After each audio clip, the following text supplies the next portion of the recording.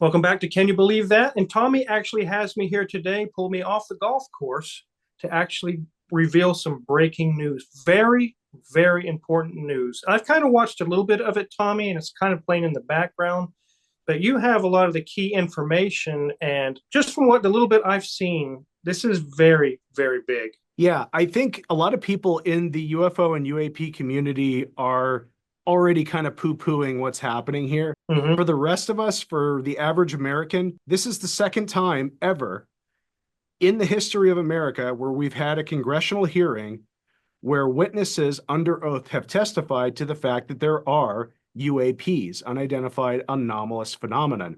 And not Hmm. only that, this is going to be the second time that another major revelation comes out under oath to Congress. And we'll get to that in a second. But this is a dream come true to be able to like sit here with our viewers and share this information and break it down for them. Because for years, like I watch all these other people give their expert opinions, and now we get to kind of give our opinion. And Right. we hope that you guys enjoy this. A lot of you wanted us to dig in deeper to some of the topics, and here we are. We're in the middle of a breaking UFO story, UAP story, and we're gonna break it down for you as best we can. Yeah, some of the little bit I watched, there's a lot of questioning going on. It's kind of like there's an admittance to something happening or some evidence, and Congress is trying to dig deep. There's these avenues in different parts of government that even they can't access. And they're wondering basically what the hell is going on? Explain this to us. And even during this entire hearing, they do reveal a little bit of information, but even they say kind of like, we can't tell you, we can't talk about it. So you were in the military, so you understand. There's Yes, definitely national security concerns when it comes to giving information out freely to the public, right? right. But what I find fascinating is when our four gentlemen who were up on the witness stand, and I'll talk about them in a second, had to basically say, we can't confirm or deny this, or I'm not allowed to speak about this. You can generally assume that that's yeah, there's some truth to what you just said. Yeah. Um, so that's where we're going to get into the groundbreaking. And that came mostly from a gentleman named Lou Elizondo, who became famous in 2018 because he's the reason why we have the Tic Tac video, the Go Fast video, and some of these other UAP videos that were leaked from the government. And by leaked, I mean he found a way to get them clearanced to be brought to the public. Right. But the whole 2017, 2018 New York Times article really was about him and his experiences and the pilots around him and the other people he collected these stories. So he's our big star. But then you also have a two-star admiral from the Navy, Mhm. Tim Gallaudet. And, you know, he's not only just a guy who was like the lead cartographer for the Navy, he also worked with NOAA. And so he's got a very scientific background, and this guy's coming forward. I received an email on Navy's secure network from the operations officer of U.S. Fleet Forces Command. The email was addressed to all the subordinate commanders, and the subject line read in all capital letters, "Urgent Safety of Flight Issue." The text of the email was brief but alarming, with words to the effect, "If any of you know what these are, tell me ASAP. We are having multiple near mid-air collisions, and if we do not resolve this soon, we are going to have to shut down the exercise." Attached to the email is what is now known as the Go Fast video, captured on the forward-looking infrared sensor of one of the Navy F-A-18 aircraft participating in the exercise. The very next day, that email disappeared from my account and those of the other recipients without explanation. Nobody was allowed to talk about it. Well, why? Why are we not allowed to talk about it? And so he's like, if this is another special access program that I'm not read into, then I just want to make sure that's what it is. And of course, like nobody says anything, but yet people come to these ships and they take this footage and the telemetry data and all these other pieces and they squirrel it away somewhere where nobody else can ever find it. So we were lucky that we got the Go Fast video at all, because very quickly a lot of these videos are taken and put somewhere secure, and so secure that nobody gets to see them. One thing that I find interesting about this, as you watch the hearing, it's a validation of a small window into a branch of government that even congressional leaders do not or cannot have access to. I don't even know if the president can access these. So, No, they or and they would you? talked about this. Let me interject here, Wizard. Okay, yeah, You're right. But I don't think the president does get to know about this because they talked about the executive branch, but they were almost always talking about the Department of Defense or the Yeah. Pentagon. These programs from the ufology perspective, a lot of times are helped from the presidents because you're just in office for 4 years and you're out. And some people like Richard Dolan, who's been doing this forever and is a great ufologist and somebody I look up to, like he mentions that, yeah, you've got some people like maybe George Bush Sr. and maybe Reagan had been read into some of these programs, but the truth is we don't know. We don't know how much they do know because we know Jimmy Carter had an experience and wanted transparency with UFOs, but that got shut down. So Yeah. I don't even know if they let the presidents know any of this. You look in this room and you see the Congress people and you say these are people of power, but really the people that are not revealing information appear to have more power than them because they can say, I'm not telling you even if you order me to. Exactly. And so a lot of these are black books operations or off the books operations. Much like even the Arrow program, which was meant to be some sort of anomaly research group in the government to tell Congress essentially that, hey, there may or may not be UAPs. Well, even that's off the books. I'll show you this example here. This is a presentation from the UATP task force. This is completely absurd. It's nuts, this level of censorship, of redaction on a document. It shows the redaction of how many reports they've collected, for how many years. 2 of the 3 potential explanations are blacked out.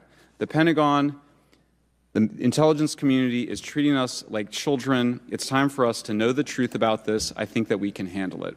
When you have that level of trying to hide stuff, and he actually brought up another good point too, which I should just bring up now. There's a gentleman named John Greenwalt who runs a site called The Black Vault. Mm-hmm. And I met John Greenwalt years ago when I was doing the show Unsealed Alien Files and Unsealed Conspiracy Files. When FOIA, Freedom of Information Act, came out, he was one of the guys immediately who started going after the government saying, hey, where's the stuff about JFK's assassination? Where's the stuff about UFOs? Where's the stuff about Bigfoot? Where's the stuff about all these covert programs? Like, he just went all in. And I think he's recovered thousands upon thousands of pages of documents under the Freedom of Information Act.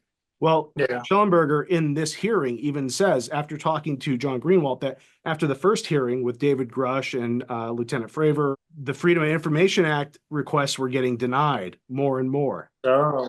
As Greenwald's sending out his FOIAs, well, now you've got less information being sent to them, or they're like, no, we don't have anything on that. And he's like, well, really? Because like this document here refers to that.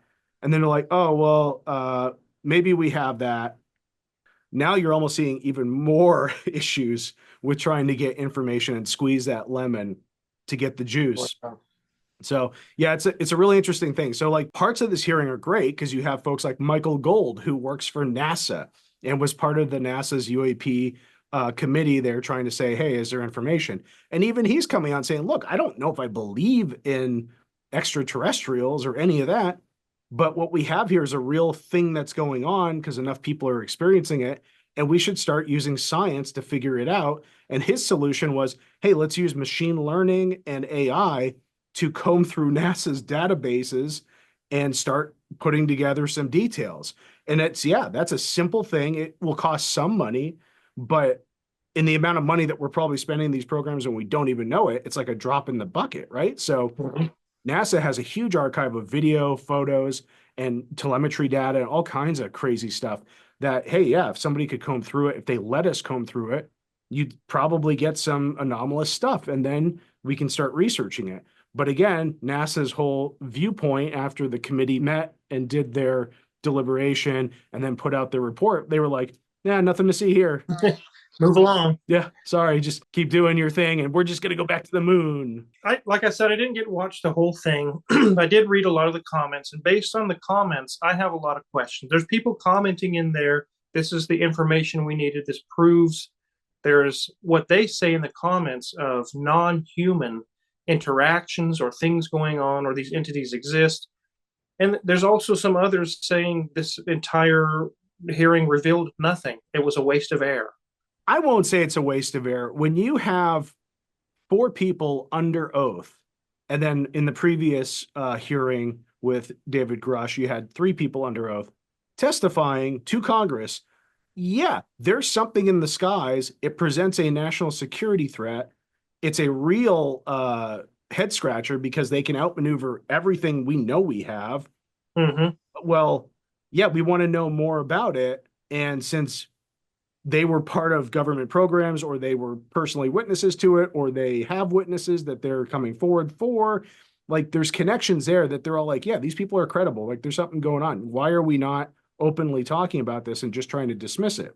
And the one thing that everybody came back to in this hearing was, well, we're not doing it because A, it tells foreign intelligence bodies that we're maybe not as good as we think we are at observing stuff, because these craft are being seen over our military bases. They're being seen at nuclear sites, as we talked about in our previous episode on UAPs, and they're being seen around energy plants and nuclear energy plants. So they're around all of our sensitive sites, and there's nothing we could do about it. Well, yeah, the government's not going to want to admit that because it's going to make them look like they're not good at their job. Mm-hmm. But the other part of it is they're keeping this a secret also because they have some of these materials from these craft, or some of these biologics, as they call them, and they don't want anyone else to know that they've got the goods. Has the government conducted secret UAP crash retrieval programs? Yes or no? Yes. Okay. Were they designed to identify and reverse engineer alien craft? Yes or no? Yes. Do any U.S. contractors have the same? I would prefer to address that in a closed session, ma'am. The U.S. is in possession of UAP technologies, as are some of our adversaries. I believe we are in the midst of a multi-decade secretive arms race, one funded by misallocated taxpayer dollars and hidden from our elected representatives and oversight bodies. Right now, it sounds like, if you listen to Lou Elizondo, it's basically a secret arms race to see who can reverse engineer this technology from these non-human intelligences and use it to get a leg up over your adversaries. Mm-hmm. And definitely does it actually mention specifically non-human existence? Non-human intelligence. So intelligence, okay. Yeah, specifically Tim Gallaudet and Lou Elizondo, both under oath today, said that. What do you believe UAPs could be or are? Strong evidence that they are non-human, higher intelligence. I echo my colleague's comment, sir. If these technologies are not made by any government, who's making them? Private companies, or are you implying they are crafted by a non-human intelligence? It may be both. And by private industry, you're talking like the Lockheed Martins of the world that somehow got access to this material and were able to reverse engineer it. And that's another thing that came up today, because you have Matt Gold, who not only worked at NASA, he was part of Bigelow Aerospace. And what most people don't know is Bigelow Aerospace, famously, Bigelow bought Skinwalker Ranch for a period to run tests there. Well, that was called, the program was called OSAP. And so Gold would have been privy to some of that information. Why did that not come up? Bigelow Aerospace had been conducting experiments, but the other part of it is Bigelow Aerospace was also trying to get a piece of material that was, exotic material from non-human intelligence craft from Lockheed Martin. And under oath today, Lou Elizondo said, yes, that was true. There was a journalist, Christopher Sharp, who said that there was a transfer between Lockheed Martin, Bigelow Aerospace, and the CIA allegedly blocked this. Can you describe that? What I can say is that it was blocked. Why it was blocked, I can only surmise. I was part of some conversations later on with some of those contract personnel where they had told all of us that is accurate.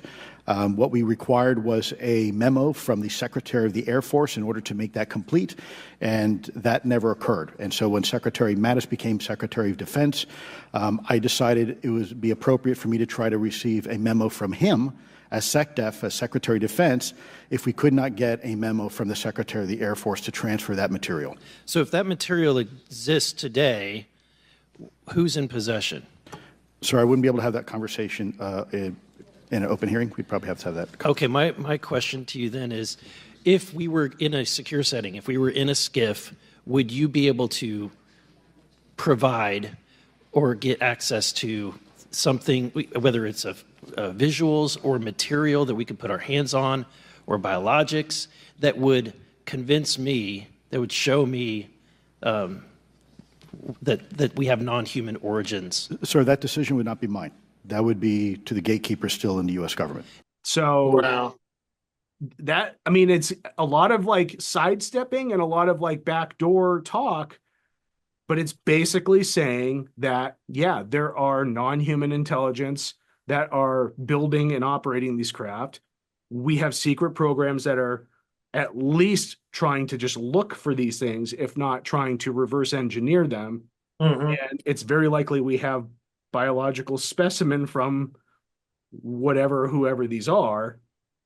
And for that to come out in Congress after it's been so taboo for so many decades is astonishing to me.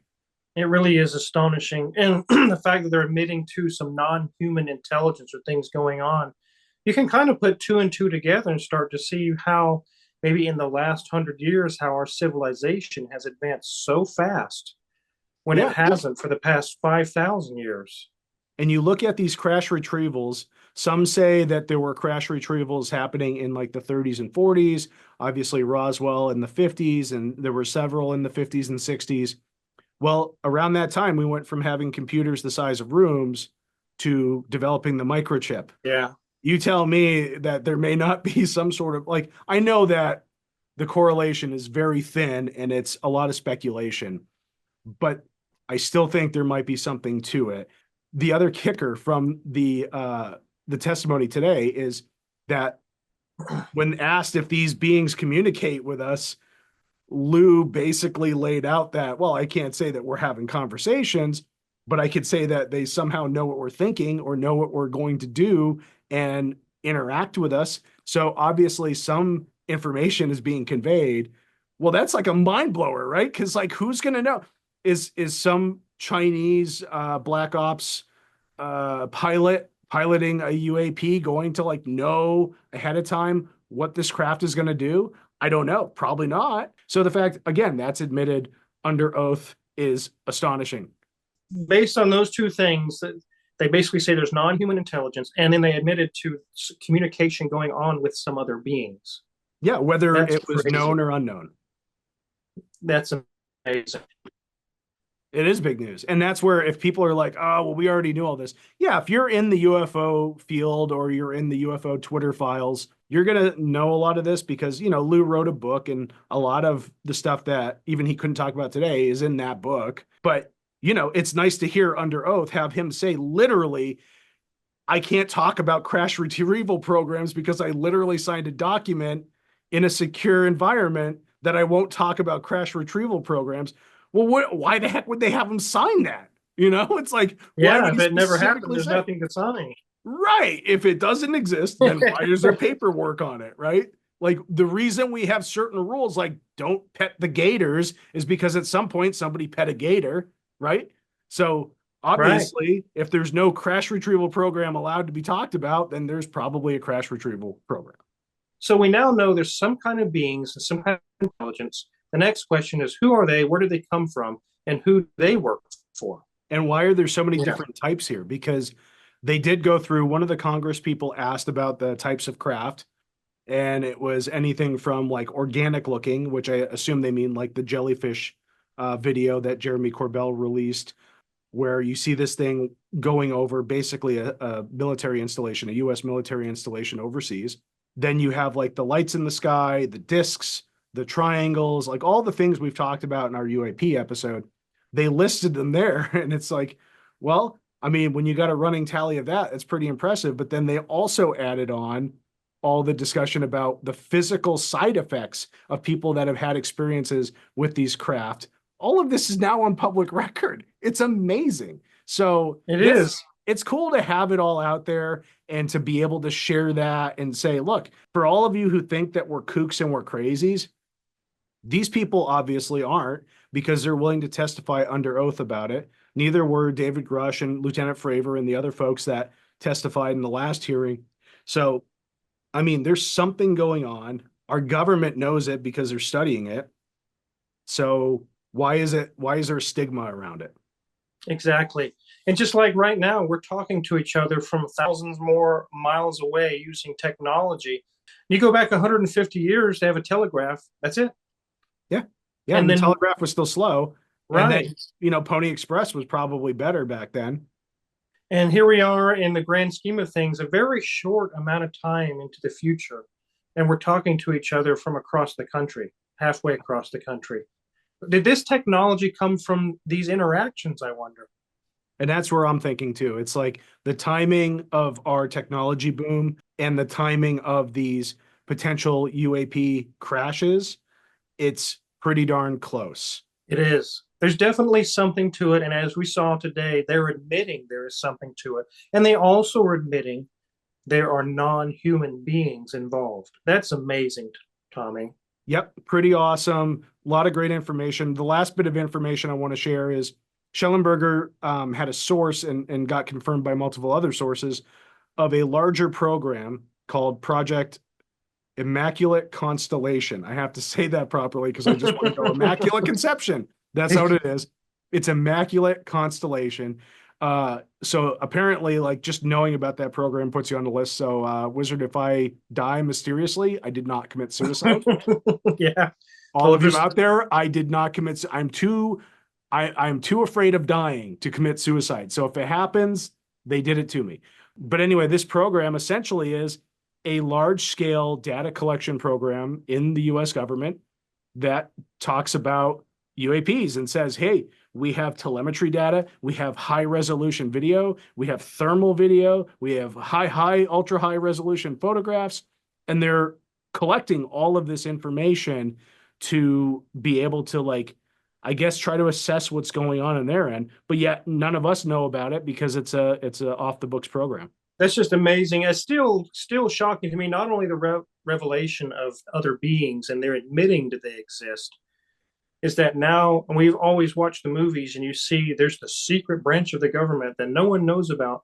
And now we know they exist, and even congressmen can't get them to answer detailed questions. They are that powerful. That's crazy.